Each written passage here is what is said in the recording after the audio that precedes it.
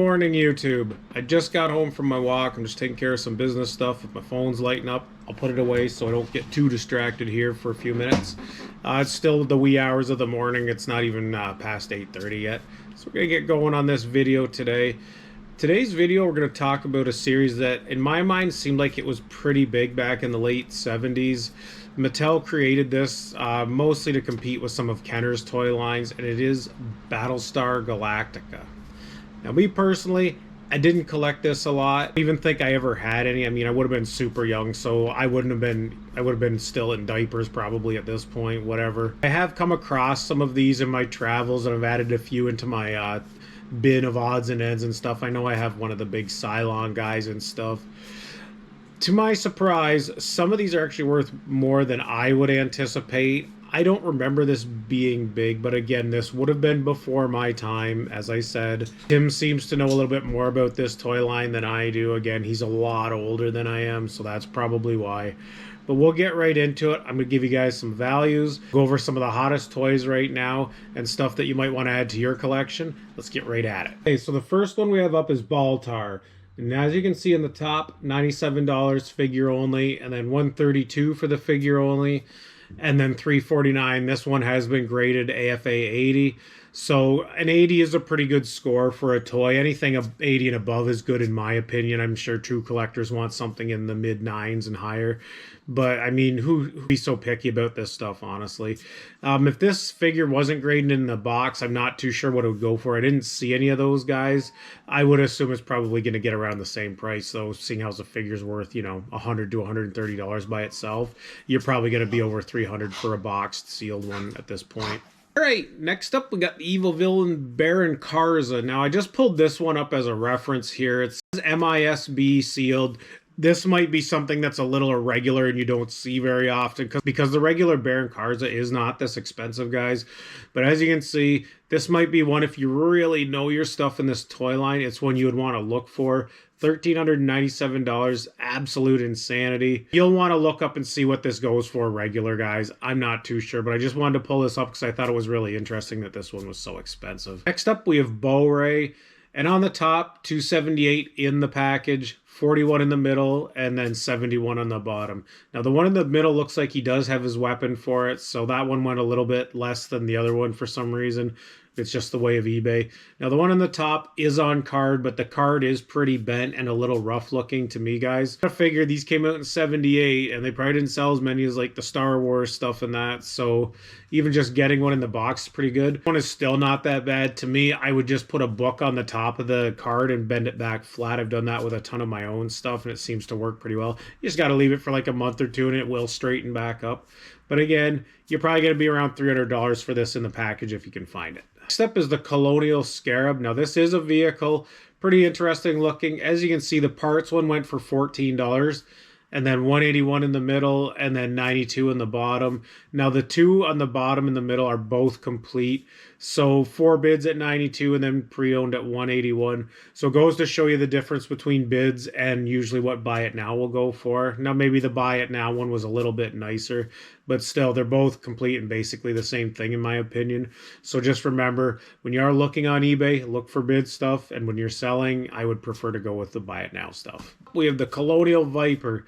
Now, this is almost like an X-Wing-ish looking vehicle to me, minus the wings, of course, but the front end looks very much like an X-Wing. So on the top, $565 brand new in the box, and that would be a grail for any collector of this series. And then in the middle, we have $153. It is complete. And then $69 on one bid. It looks like it's missing a missile, but still, if you just wanted the actual ship and don't really care about the figure or the missiles and stuff like that, you know, $70, it's not unreasonable for this. This is comparable to a lot of Star Wars and G.I. Joe stuff from the time, guys. We have the Colonial Warrior. Now, this is a 12-inch doll, kind of like the old G.I. Joes from the 60s and 70s, same sort of thing. I know Star Wars made them too. And as you can see in the top, $48.90 with the box. Now, the box is beat to shit and tore up, but, you know, if you're an entry collector on this, that's something you would just expect to deal with, honestly. Like, it's not that big of a deal. And then $76 in the middle with the box, and then $209. Looks pretty complete on the bottom. The box is a little bent, but it still does have the plastic in it, so that's a big factor right there. Again, if you find this complete, you're around $200, guys. Next up, we have the Cylon Centurion. Now, this is a 12-inch as well. I believe I might have this one in my collection. I've got a few of these. I think I have Daggett too. So as you can see in the middle, $88. It says it works. And then the one in the bottom went for 106 with the box. It says it's not working.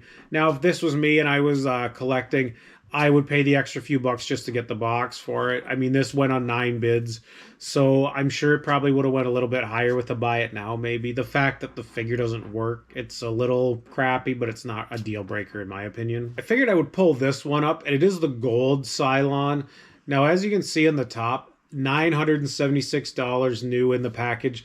Very expensive. I think this was a pretty rare version of the Cylon guy. And as you can see in the bottom, $50 on 11 bids. And the figure in the bottom, to me, I don't know if you guys can see as clear as I can. It's pretty rough looking and looks like it's been rubbed a lot and just played with and dirty a lot. And there's a lot of paint wear. So if you see the silver one, it's a good pickup. But if you see the gold one, it's an even better pickup, in my opinion, guys. You keep an eye out for them all. I actually really like the design of this character. I think it's really cool. It kind of has like that Spartan helmet look to me. Next up, we have the Cylon Raider ship. Pretty much just a flying saucer. As you can see in the top, we got 167. It is complete. They took a best offer on this. It was at 70, so I'm going to assume $50 or $60. And then the bottom one is also $300 with the box and a little insert. Looks like it is complete. It does not say that in the listing. I'm going to assume it's complete or close to it. So if you're buying this in the box, you're going to pay $300, and then just the vehicle with the little dude, you're going to pay at least $150 for it, guys. Really neat vehicle. Nothing fancy, but I kind of like it. I think they're pretty cool, honestly. Everyone's favorite space puppy, and it is Daggett. As you can see in the top, $13 in the package, 132 new, and then 41 on the bottom. This is not a little kid would want this if they were getting it for Christmas and stuff, guys. So these are probably a little bit more abundant than the more rare ones. Next up, we have Land Ram. As you can see in the top, $89 brand new on one bid. I have a feeling this guy really shortchanged himself in this vehicle. And then you have the Canadian exclusive in the box that went for $3,000 on 28 bids. So for whatever reason, the Canadian version of this is probably super rare. Like on a bid, this is very high. And on a buy it now, it probably would have went even higher. To me, even the regular one at 89 is a steal of a deal for that. I really think this is a cool vehicle. It's basic design, just a square vehicle with some tracks and that, but I really like this. I think it's pretty neat. For $89, that's a good deal. Next up is the Lasermatic pistol. Now, there were a few of these on eBay. Not a lot, but I figured I'd pull up the one in the box. It went for $459. Looks like it's pretty much complete. Everything's working on it, so that's a good indicator of what you pay for this. Now, from what I remember, the pistol only, it's probably around $150, $200 in good shape, guys. And you can see someone just selling the stickers for it anyways. And that's the good thing about the way the internet is now. If you have these old toys and the stickers are horrible, peeled off, and they look like terrible, you can replace them if you don't care. And to me, I'm the kind of person that I really don't care. If the stickers are on them and they have a little bit of patina, that's fine by me. But if they're all like, you know, cruddy and like they're torn up in the middle and they're all peeling, I mean, who cares? Buy a sticker pack, make it look new again. Next up, we have Lieutenant Starbuck, and as you can see in the top, $30 with the cape. 209 brand new and 142 brand new. Little disparity there. And as you can see, the bottom two are unpunched. They were never put on the thing on the shelf for display. So pretty neat little figure. Not super expensive. It's a pretty good deal for something of this age, new in the package like that. And the cards look in really good shape on both of them for me anyways. We have Lucifer. Now this one was graded AFA 80. $314. The middle one, they got $103 for it and $83 on the bottom. In the middle, the picture isn't that great. It looks more orangish than anything. So if they got $314 for this graded, I'm assuming you probably pay the same for this on a card back, as long as the card back's in pretty good shape. I didn't really see any with the cards, so they're probably a little bit harder to find in that aspect. It's just a neat little collectible. Keep an eye out for. Thing to design. Guy's got no feet, though. Next up is the Ovion, classic alien design with the big buggy eyes and stuff. And as you can see, brand new card back here, $139, $11 just a loose figure, and then $167 on the card as well. Both cards appear to be unpunched. They look in pretty good shape. They're not like mint or anything. I like when these old ones still have the original stickers on them, wherever you bought them from, Kmart, you know, Zellers, all that stuff. It's just really neat. It really adds to that nostalgia of them. Character that's not super expensive. I think they make quite a bit of these. You see a lot of these listed on eBay. And yeah, if you want to pick one up for like 10 or 15 bucks just loose, it's not a bad deal. I did make a plush of Daggett, and it is a talking one. And as you can see on the top, 279, 402 in the middle, and then 111 on the bottom.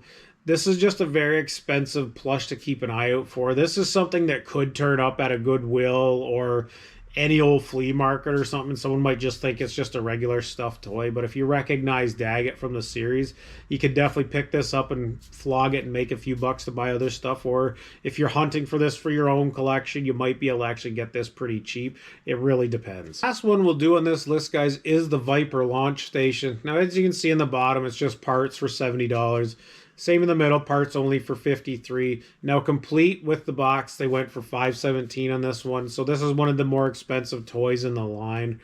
Should you be fortunate enough to find it in the box, it might be one you want to pop in your collection. Pretty expensive, in my opinion. This is not something I would get into the range of buying, but a real serious collector that only focuses on like certain toy lines, they would probably pay up for this. And it is a really neat looking ship. I really like it.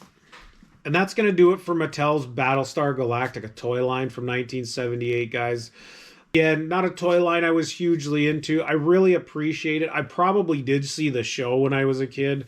I'm sure my parents and grandma probably watched it on TV or something, and I was there along for the ride. But I actually really appreciate this toy line now. I really like some of the character designs and the ship models. So I think I'm going to start keeping an eye out for this stuff more. I do have a few things already. I'm going to be really cognizant of these older toy lines and stuff when I'm out and about now. A lot of them I really didn't care about, but now that I'm starting to doing these videos and enjoying the stuff all over again, I just really appreciate it more, if that makes sense. So I'm going to keep doing the videos, and I'm going to keep collecting these toys, and I'll keep you updated of what I come across my travels. I'll let you know what I pay for. I'll let you know what I'm keeping, what I'm selling. And if it helps you guys with your collections, that's the goal of the channel anyways. Hope you have an awesome day. I'll see you in the next one. Peace.